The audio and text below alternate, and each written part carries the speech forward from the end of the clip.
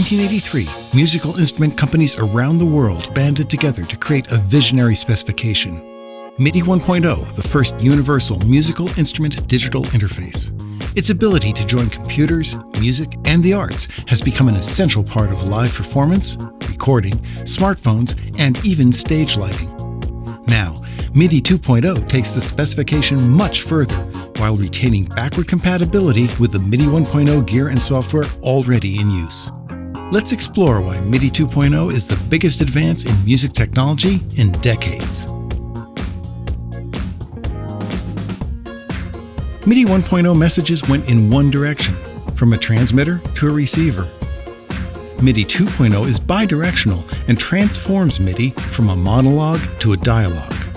For example, with the new MIDI CI, Capability Inquiry Messages, MIDI 2.0 devices can talk to each other and auto-configure themselves to work together.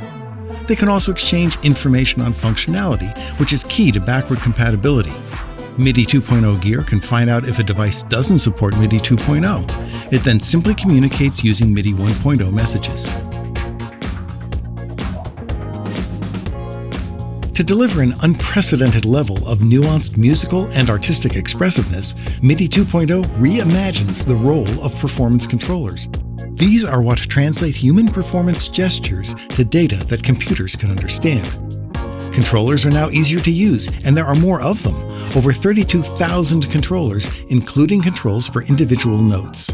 Enhanced 32-bit resolution gives controls a smooth, continuous analog feel. New note-on options have been added for articulation control and precise note pitch. In addition, dynamic response, as set by the velocity parameter, has been upgraded too. What's more, major timing improvements in MIDI 2.0 can apply to MIDI 1.0 devices. In fact, some MIDI 1.0 gear can even retrofit some MIDI 2.0 features.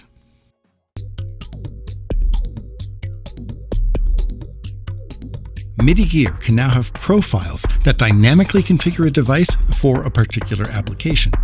If a control surface queries a device with a mixer profile, then the controls will map to faders, pan pots, and other mixer parameters. But with a drawbar organ profile, that same control surface can map its controls automatically to virtual drawbars and other keyboard parameters, or map to dimmers if the profile is a lighting controller.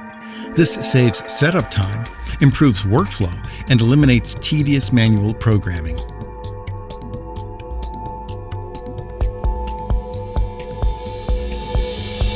While profiles set up an entire device, property exchange messages provide specific, detailed information sharing. These messages can discover, retrieve, and set many properties like preset names, individual parameter settings, and unique functionalities. Basically, everything a MIDI 2.0 device needs to know about another MIDI 2.0 device.